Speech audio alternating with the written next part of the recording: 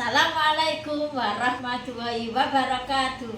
Perkenalkan, saya Widayati, JGP Angkatan 10 dari Kabupaten Mojokerto. Di sini saya akan mewawancarai yaitu Bapak Kepala Sekolah SDN Kedung Sari 2 dan Bapak Kepala Sekolah SDN Mojobilang. Selamat menyaksikan.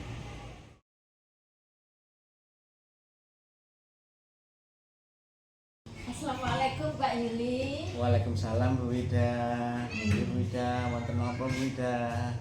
Iya ini Pak, saya kan ada tugas demonstrasi kontekstual di modul 3.1 itu untuk wawancara Bapak Kepala Sekolah. Mohon maaf sebelumnya mungkin menyita waktu panjenengan. Oh nggih monggo Bu Wida mboten, monggo. Bisa saya mulai nggih? Nggih monggo.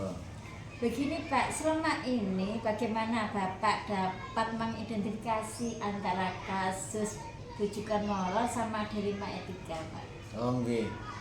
Di dalam lembaga itu pasti ada kasus-kasus Bu Wida. Saya hanya menilai apakah ini masuk ke dilema etika atau rujukan moral. Kalau itu benar dan benar berarti masuk dilema etika. Kalau antara benar dan salah itu berarti masuk rujukan moral. Lalu bagaimana Bapak selama ini menjalankan pengambilan keputusan tersebut?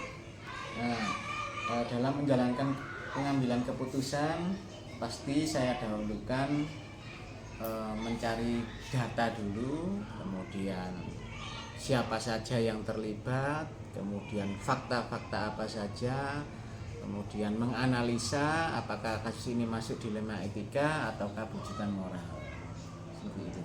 Lalu langkah atau prosedur apa yang sudah berjalan selama ini Pak? Nah seperti tadi yang saya bicarakan Bu Wida, yang pertama apabila ada kasus itu yang pertama saya mencari data dulu, kemudian siapa yang terlibat, kemudian mengkonfirmasi, kemudian mengumpulkan fakta-fakta, baru mengambil suatu keputusan. Lalu hal apa yang sudah Bapak lakukan selama ini? Yang saya lakukan selama ini, misalnya suatu kasus itu masuk dilema etika atau rujukan moral, pengambilan keputusan saya terus saya dasarkan kepentingan terhadap siswa. Lalu Pak, punya jadwal enggak untuk menyelesaikan kasus ini? Terjadwal enggak? Begini, kalau menyelesaikan suatu kasus itu saya lihat apakah kasus ini bisa segera atau memang harus segera diselesaikan. Apabila tidak harus diselesaikan sekarang, maka saya akan membuat jadwal untuk menyelesaikannya. Lalu ada seseorang atau teman sejawat yang membantu Bapak selama ini untuk memecahkan kasus-kasus tersebut? Nah, tentu saja ada Bu Wida. Di sini ada guru senior. Kebetulan beliau istilahnya saya untuk sebagai pertimbangan dalam mengambil keputusan pasti beliau saya libatkan. Lalu dari hal tersebut Pak, pengalaman apa yang bisa Bapak ambil dari kasus-kasus tersebut? Dalam pengalaman saya yang pertama adalah mencari tahu dulu fakta-fakta, kemudian bagaimana cara pengambilan keputusan yang tepat yang berpihak pada siswa itu. Terima kasih Bapak karena sudah selesai wawancara saya. Saya kirim nggih. Wassalamualaikum warahmatullahi wabarakatuh. Waalaikumsalam warahmatullahi wabarakatuh. Assalamualaikum Pak Heru. Waalaikumsalam Bu Widayati. Nggih, tes pundi kabare Pak? Sehat? Alhamdulillah sehat selalu. Hari ini juga luar biasa jenengan bisa hadir di SDN Mojobilang. Beginilah suasana di tempat saya mengabdi, kemudian segala aktivitas kegiatan sekolah, belajar mengajar juga ada di sini. Gini Pak Heru, saya kan dapat tugas di modul 3.1 itu demonstrasi kontekstual. Saya disuruh mewawancara Bapak Kepala Sekolah. Siap Pak nggih? Siap. Terima kasih. Begini Mbak, selama ini bagaimana Bapak dapat mengidentifikasi antara bujukan moral sama delima etika? Kalau pengalaman saya pribadi untuk rujukan moral itu kan kadang kita berhadapan dalam situasi yang gimana gitu, kita harus memilih antara ini juga memiliki pendapat benar, ini juga memiliki pendapat benar. Bagaimana contoh tadi bahwa di kelas 1 itu kan ada peraturan yang tidak tertulis, kita menanamkan sedini mungkin tentang adab, kemudian bagaimana kita mengajarkan ke anak-anak peserta didik mereka tentang sebuah kesopanan. Tetapi dalam satu hal beberapa guru di sini tempatnya jauh mengajar sehingga guru tersebut memakai dress code yang mungkin masih tidak sesuai dengan kondisi. Contohnya kadang kita harus menanamkan ke anak untuk bersopan santun, bahwa di lingkungan tempat kita mengajar kadang kita itu sebuah celana belum mendapat tempat yang dimana celana itu merupakan norma sebagai kesopanan itu. Tetapi ini merupakan tindakan yang tidak tertulis gitu, sehingga bagaimana kadang kita itu mengarahkan seorang guru tersebut untuk apa istilahnya itu mematuhi sebuah norma yang tidak tertulis tersebut. Kadang kita juga harus beliaunya memiliki alasan tentang keselamatan, yang mana keselamatan itu juga sangat penting dalam mengambil sebuah kebijakan itu. Tetapi dalam sebuah kebijakan tidak semuanya menguntungkan. Kadang harus kita itu harus mempertimbangkan mana yang lebih presisi, mana yang lebih tidak populis itu tadi. Kadang kita juga akan berhadapan dengan situasi semacam itu. Gitu. Sebagai contoh lagi, kadang kita menerapkan penerapan pemakaian adat. Tentu itu akan di sisi lain wali murid mungkin banyak yang protes.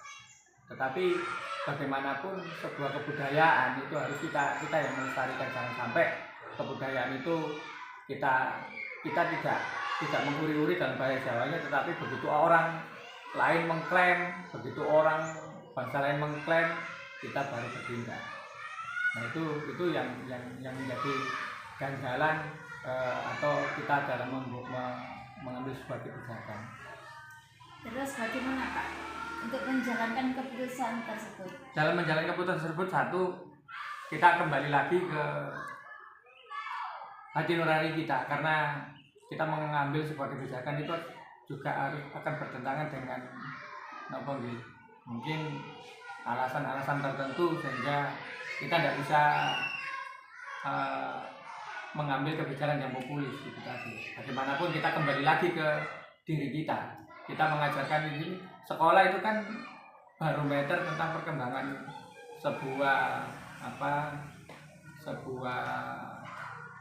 tempat pelestari budaya. Jangan sampai hanya karena kita pokoknya ini zamannya itu sudah beda, tapi kita melupakan kebudayaan kita sendiri. Terus langkah atau prosedur seperti apa yang biasanya Bapak lakukan? Kalau saya tetap mengambil satu kemufakatan bersama. Saya tidak akan mengambil sebuah suara terbanyak, tidak, karena suara terbanyak cenderung akan merugikan segala sesuatu yang sudah ada.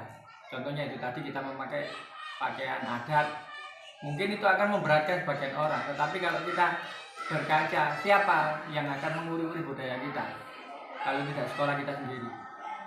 Itu yang akan saya ambil. Memang kebijakan itu akan merugikan, atau mungkin di satu sisi sekolah tidak akan populis. Karena apa? Dengan membeli pakaian adat, banyak sekali orang tua mungkin yang kelas menengah ke bawah itu akan keberatan. Tetapi dan alhamdulillah di sini sudah menerapkannya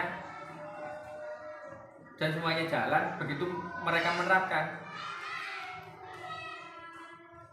kita dapat nama. Terus hal apa saja yang selama ini sudah Bapak lakukan? selama yang sudah lakukan yaitu tadi, ketika mengambil keputusan kebijakan itu akan selalu pertimbangkan adalah kemufakatan, kemudian dari sisi nopo istilahnya itu dari sisi populis atau tidaknya, untung ruginya itu juga memang kami pertimbangkan. Tetapi kami selalu menomorsatukan bagaimana sekolah ini berpengaruh dan praktek baik itu juga menyebar. Bukan berarti praktek baik itu hanya diperhatikan di sekolah, tidak, tetapi apa, di luar sekolah juga kita harus berperan. Bukan berarti sekolah yang favorit itu adalah sekolah yang banyak muridnya, yang prestasinya banyak, tidak, tetapi sekolah yang bagus adalah dia yang mampu berpengaruh di lingkungan itu. Terus Pak, apakah punya jadwal khusus untuk menyelesaikan masalah dilema etika itu? Untuk jadwal-jadwal itu enggak harus ada terstruktur ya, karena dilema etika itu kan datang sewaktu-waktu. Kemudian kita mengambil kebijakan itu juga kita antisipasi, kadang kita membuat sebuah kebijakan gitu. Itu selalu akan ada dampak penyerta. Contoh kita mengambil kebijakan yang tidak populis itu tadi, itu akan selalu ada dilema etika. Bahkan rujukan moral juga akan ada menyertai, itu selalu ada dan tidak mungkin tidak ada. Makanya kita harus ada rencana A, B, C, D. Apabila kita ada seperti ini, kita akan berbelok seperti ini. Kalau kita sudah berbelok seperti ini, kita bagaimana mengambil tindakannya. Jangan sampai kita mengambil kebijakan, kita mengambil sebuah peran, tetapi peran tersebut justru meninggalkan hal-hal yang baik yang sudah kita tanamkan secara terhenti di lingkungan kita. Terus Pak, dalam pengambilan keputusan tersebut adakah seseorang atau teman sejawat yang membantu masalah Pak? Hanya banyak di sini, terutama banyak rekan-rekan guru itu juga memberikan masukan, kemudian tokoh-tokoh masyarakat juga di sini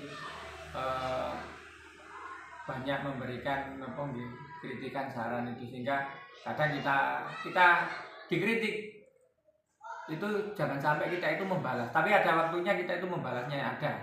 Contohnya tadi, Pak, kenapa kita kok harus memakai pakaian adat, itu kan memberatkan. Kalau kita mengatakan iya, saya sepakat, ya gak jalan. Tapi kalau sebenarnya kita mampu memberikan pandangan, kenapa kita pakai pakaian adat, saya akan jawab seperti ini, siapa yang akan menguri-uri budaya kita? Gitu. Siapa lagi kalau bukan kita? Toh di masyarakat jenengan tahu, internet atau media sosial itu banyak sekali yang berita-berita itu yang beredar, kadangkala itu ya saya juga terpengaruh, atau ya bagaimanapun perubahan zaman itu sangat pesat, apalagi teknologi informasi sekarang itu kan nggak bisa kita hindari. Jadi mau nggak mau ya kita harus ada di garda depan untuk menguri-uri budaya kita. Iya, dari hal yang Bapak sampaikan tadi, pembelajaran apa yang sebenarnya sudah Bapak dapat? Yang saya dapatkan itu adalah, satu, kita harus tegas dalam menjalankan sebuah kebijakan. Jangan sampai kebijakan itu kita putuskan tetapi kita biarkan. Kalau kita putuskan kita biarkan, kita yang terombang-ambing. Tetapi bagaimanapun tegas kita harus ada, kalau orang Jawa itu nengah minggir membat mentul, itu harus ada, agar kebijakan itu, yang penting kebijakan itu bisa jalan. Jangan sampai kebijakan jalan tetapi malah ditinggalkan gitu. Iya, jadi Bapak selama ini dalam kasus dilema etika ataupun rujukan moral untuk memecahkan masalah, ada teman ya Pak ya, yang harus ada teman. Iya. Sebelum mengambil kebijakan itu kita harus istilahnya itu ada titik sandinya dulu. Kita observasi di masyarakat, kita tanyai beberapa warga. Kalau di sini itu kan ketua paguyuban, kemudian beberapa rekan-rekan itu kami sebelum ngambil kebijakan itu selalu kami ajak diskusi. Diskusinya itu juga ringan. Kadang kami ajak di warung sambil guyon-guyon itu, karena kalau kita diskusi, kita ajarkan di rapat, itu akan ada faktor sungkan.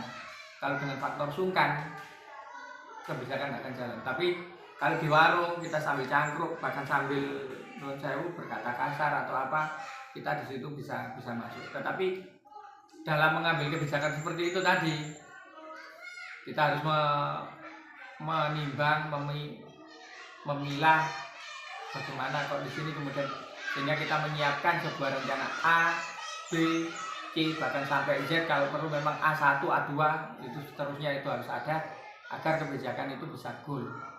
Gitu. Terima kasih Pak Heru, bahwa wawancara saya sudah selesai. Mudah-mudahan saya bisa mengambil hikmahnya dari Pak Heru. Ya, terima kasih juga saya ucapkan datang jenengan. Selamat, semoga guru penggerak jenengan itu bisa sukses. Kemudian apa yang kita terapkan, apa yang kita pelajari bisa dilaksanakan di sekolah, kemudian berdampak kepada anak-anak, terutama hal-hal yang baik. Terima kasih.